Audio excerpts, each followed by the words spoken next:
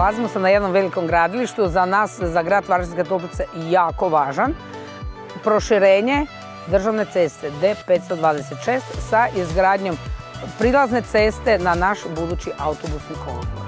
Da bi to sve moglo biti kak spada i da naš mali grad koji je za ovom zaobilaznicom inače precijepan na dva dijela, prijeko potrebna nam je ovakva investicija da su naši građani koji šetaju po njoj i prolaze budu jako sigurni.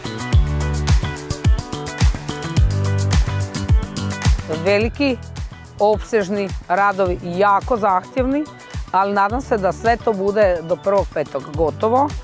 Vrijednost investicije je 1.200.000 €